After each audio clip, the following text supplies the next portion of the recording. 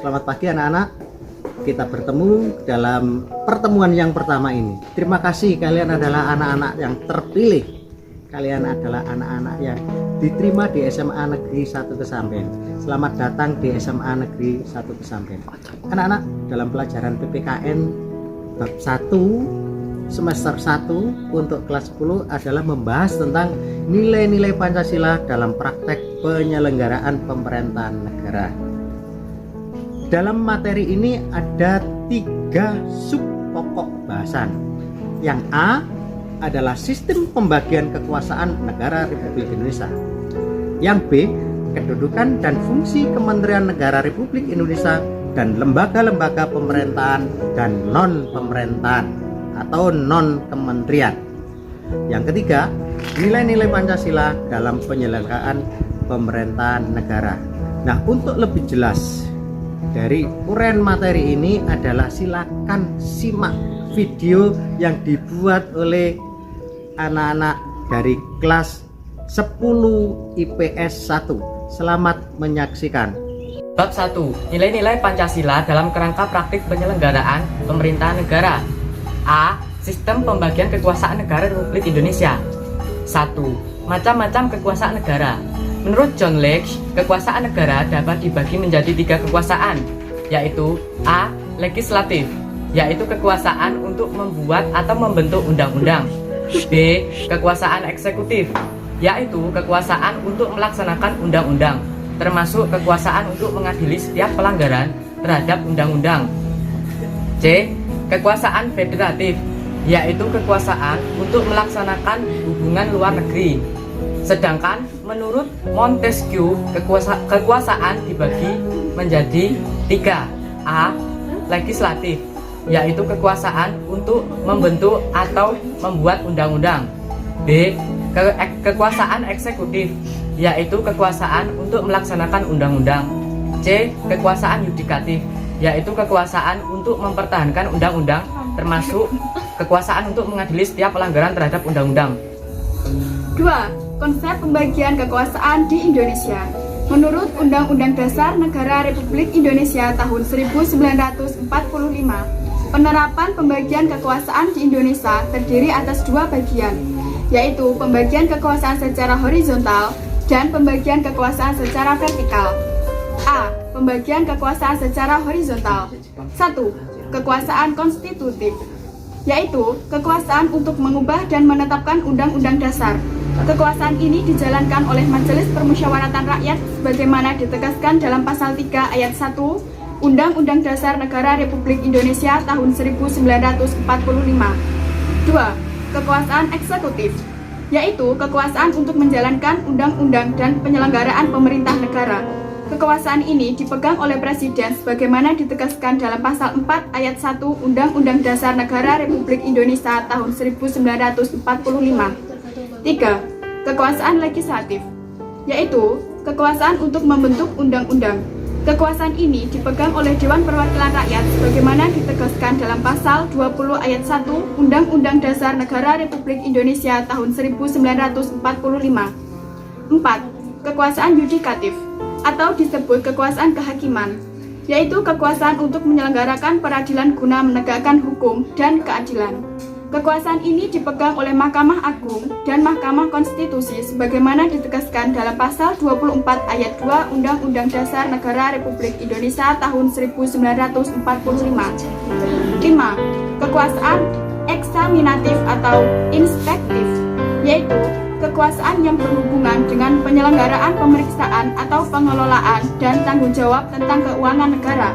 Kekuasaan ini dijalankan oleh Badan Pemeriksa Keuangan sebagaimana ditegaskan dalam pasal 23E ayat 1 Undang-Undang Dasar Negara Republik Indonesia tahun 1945. B. Pembagian kekuasaan secara vertikal. Pembagian kekuasaan secara vertikal merupakan pembagian kekuasaan menurut tingkatnya, yaitu pembagian kekuasaan antara beberapa tingkatan pemerintahan. kekuasaan secara vertikal muncul sebagai konsekuensi dari diterapkannya asas desentralisasi di negara Kesatuan Republik Indonesia. Dengan asas tersebut, pemerintah pusat menyerahkan wewenang pemerintahan kepada pemerintah daerah otonom, provinsi dan kabupaten atau kota untuk mengurus dan mengatur sendiri urusan pemerintahan di daerahnya, kecuali urusan pemerintahan yang menjadi kewenangan pemerintah pusat, yaitu kewenangan yang berkaitan dengan politik luar negeri, pertahanan, keamanan, justisi, agama, moneter, dan fiskal.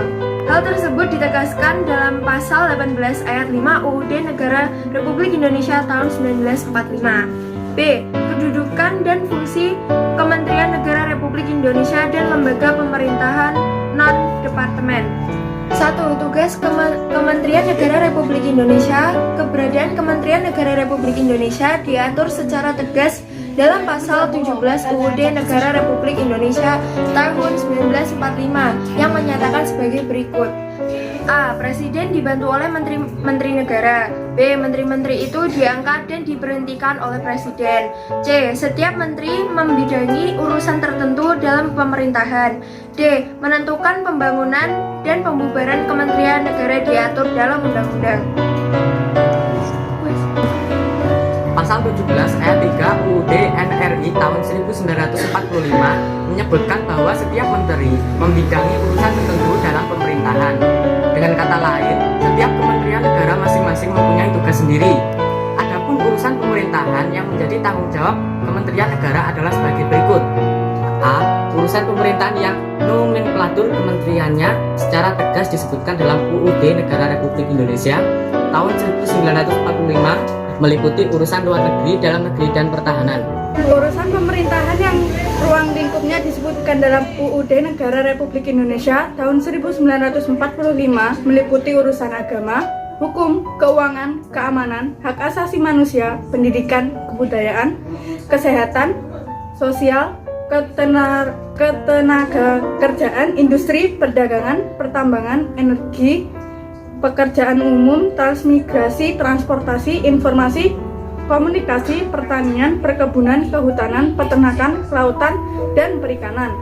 Urusan pemerintahan dalam rangka penajaman, koordinasi, dan sinkronisasi program pemerintahan meliputi urusan perencanaan pembangunan nasional, aparatur negara, kesekretariatan negara, badan usaha milik negara atau BUMN, pertahanan, kependudukan, lingkungan hidup, ilmu pengetahuan, teknologi, investasi, koperasi, usaha kecil dan menengah, pariwisata, pemberdayaan perempuan, pemuda, olahraga, perumahan, dan pembangunan kawasan atau daerah tertinggal.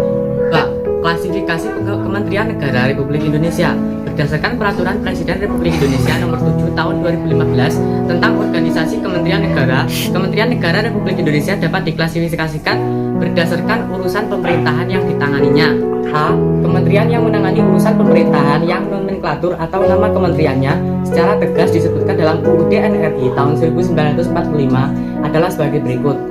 1. Kementerian Dalam Negeri. B. Kementerian Luar Negeri. C. Kementerian Pertahanan. D. Kementerian yang mempunyai tugas penyelenggaraan urusan tertentu dalam pemerintahan untuk membantu Presiden dalam menyelenggarakan pemerintahan negara dengan upaya pencapaian tujuan kementerian sebagai bagian dari tujuan pembangunan nasional. Kementerian yang menangani urusan pemerintahan tersebut, ruang lingkupnya disebutkan dalam UUD tahun 1945 adalah sebagai berikut. 1. Kementerian Agama. 2. Kementerian Hukum dan HAM. 3. Kementerian Keuangan. 4. Kementerian Pendidikan dan Kebudayaan. 5. Kementerian Riset, Teknologi dan Pendidikan Tinggi. 6. Kementerian Kesehatan. 7. Kementerian Sosial. 8. Kementerian Ketenagakerjaan. 9. Kementerian Perindustrian. 10. Kementerian Perdagangan. 11. Kementerian Energi dan Sumber Daya Mineral. 12. Kementerian Pekerjaan Umum dan Perumahan Rakyat.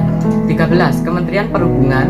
14. Kementerian Komunikasi dan Informatika. 15. Kementerian Pertanian. C. Kementerian yang mempunyai tugas menyelenggarakan urusan tertentu dalam pemerintahan untuk membantu Presiden dalam menyelenggarakan pemerintahan negara serta menjalankan fungsi perumusan dan penetapan kebijakan di bidangnya, koordinasi dan sinkronisasi pelaksanaan kebijakan di bidangnya, pengelolaan barang milik atau kekayaan negara yang menjadi tanggung jawabnya, dan pengawasan atas pelaksanaan tugas di bidangnya. Kementerian ini yang mengenai urusan pemerintahan dalam rangka penajaman, koordinasi, dan sinkronisasi program pemerintah. 1. Kementerian Perencanaan Pembangunan Nasional. 2. Kementerian Pendayagunaan Aparatur Negara dan Reformasi Birokrasi. 3. Kementerian Badan Usaha Milik Negara. 4. Kementerian Koperasi dan Usaha Kecil dan Menengah. 5. Kementerian Pariwisata. 6. Kementerian Pemberdayaan Perempuan dan Perlindungan Anak. 7. Kementerian Pemuda dan Olahraga. 8. Kementerian Sekretariat Negara. Selain kementerian yang mengenai urusan pemerintahan di atas, ada juga kementerian koordinator yang bertugas melakukan sinkronisasi dan koordinasi urusan kementerian-kementerian yang berada di dalam lingkup tugasnya. Kementerian koordinator terdiri atas beberapa kementerian sebagai berikut. 1. Kementerian Koordinator Bidang Politik, Hukum, dan Keamanan. A. Kementerian Dalam Negeri. B. Kementerian Hukum dan HAM. C. Kementerian Luar Negeri. D. Kementerian Pertahanan. E. Kementerian Komunikasi dan Informatika. F. Kementerian Pendayagunaan Aparatur Negara dan Reformasi Birokrasi. 2. Kementerian Koordinator Bidang Perekonomian. A. Kementerian Keuangan. B. Kementerian Ketenagakerjaan. C. Kementerian Perindustrian. D. Kementerian Perdagangan. E. Kementerian Pekerjaan Umum dan Perumahan Rakyat. F. Kementerian Pertanian. G. Kementerian Lingkungan Hidup dan Kehutanan. H. Kementerian Agraria dan Tata Uang atau Badan Pertahanan Nasional. I. Kementerian Badan Usaha Milik Negara. J. Kementerian Koperasi dan Usaha Kecil dan Menengah. 3. Kementerian Koordinator Bidang Pembangunan Manusia dan Kebudayaan. A. Kementerian Agama. B. Kementerian Pendidikan dan Kebudayaan. C. Kementerian Riset, Teknologi, dan Pendidikan Tinggi. D. Kementerian Kesehatan. E. Kementerian Sosial. F. Kementerian Desa, Pembangunan Daerah Tertinggal dan Transmigrasi. G. Kementerian Pemberdayaan Perempuan dan Perlindungan Anak. Dan H. Kementerian Pemuda dan Olahraga. 4. Kementerian Koordinator Bidang Kemaritiman. A. Kementerian Energi dan Sumber Daya Mineral. B. Kementerian Perhubungan. C. Kementerian Kelautan dan Perikanan. D. Kementerian Pariwisata. Pemerintahan non-kementerian selain memiliki Kementerian Negara Republik Indonesia juga memiliki Lembaga Pemerintah Non-Kementerian atau LPNK yang dahulu namanya Lembaga Pemerintah Non-Departemen. Lembaga Pemerintah Non-Kementerian merupakan lembaga negara yang dibentuk untuk membantu Presiden dalam melaksanakan tugas pemerintah tertentu. Lembaga Pemerintah Non-Kementerian berada di bawah Presiden dan bertanggung jawab langsung kepada Presiden melalui menteri atau pejabat setingkat menteri yang terikat. Keberadaan LPNK diatur oleh Peraturan Presiden Republik Indonesia, yaitu Keputusan Presiden Republik Indonesia Nomor 103 Tahun 2001 tentang kedudukan, tugas, fungsi, kewenangan, susunan organisasi, dan tata kerja lembaga pemerintahan non-departemen, diantaranya adalah Arsip Nasional Republik Indonesia atau ANRI, Badan Informasi Geospasial atau BIG, Badan Intelijen Negara atau BIN, Badan Kepegawaian Negara atau BKN, di bawah koordinasi Menteri Pendayagunaan Aparatur Negara dan Reformasi Birokrasi dan lain-lain. A. Dimensi spiritual mengandung makna bahwa Pancasila mengandung nilai-nilai keimanan dan ketakwaan Tuhan Yang Maha Esa sebagai landasan keseluruhan nilai dalam falsafah negara. B. Dimensi kultural mengandung makna bahwa Pancasila merupakan landasan falsafah negara, pandangan hidup bernegara, dan sebagai dasar negara. C. Dimensi institusional mengandung makna bahwa Pancasila harus sebagai landasan utama untuk mencapai cita-cita dan tujuan bernegara dan dalam penyelenggaraan pemerintahan. Akulturasi nilai spiritual dalam Pancasila tergambar dalam sila ketuhanan Yang Maha Esa. Hal ini berarti bahwa dalam praktik penyelenggaraan pemerintahan tidak boleh meninggalkan prinsip keimanan dan ketakwaan terhadap Tuhan Yang Maha Esa. Nilai ini menunjukkan adanya pengakuan bahwa manusia, terutama penyelenggara negara, memiliki keterpautan hubungan dengan Sang Pencipta. Artinya, di dalam menjalankan tugas sebagai penyelenggara negara, tidak hanya dituntut patuh terhadap peraturan yang diberikan dan dengan tugasnya, tetapi juga harus dilandasi oleh satu pertanggungjawaban kelak kepada Tuhan di dalam pelaksanaan tugasnya.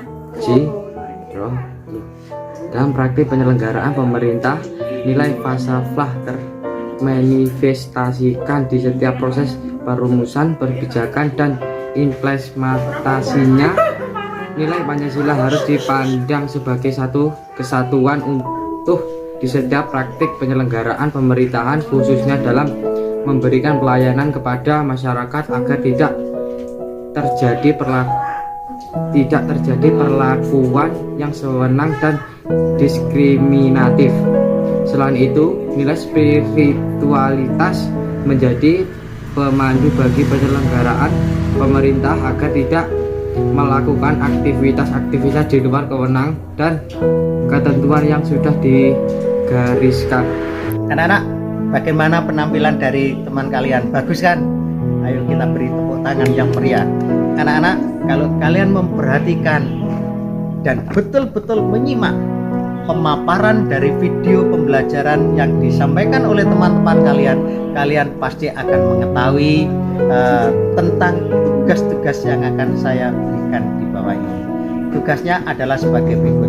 Selamat mengerjakan, semoga kalian menjadi anak yang sukses. Jangan lupa jaga kesehatan, ikuti aturan protokol kesehatan. Kondisi fisik yang bagus akan menambah stamina yang bagus. Terima kasih atas perhatian Anda. Saya ucapkan wassalamualaikum warahmatullahi wabarakatuh.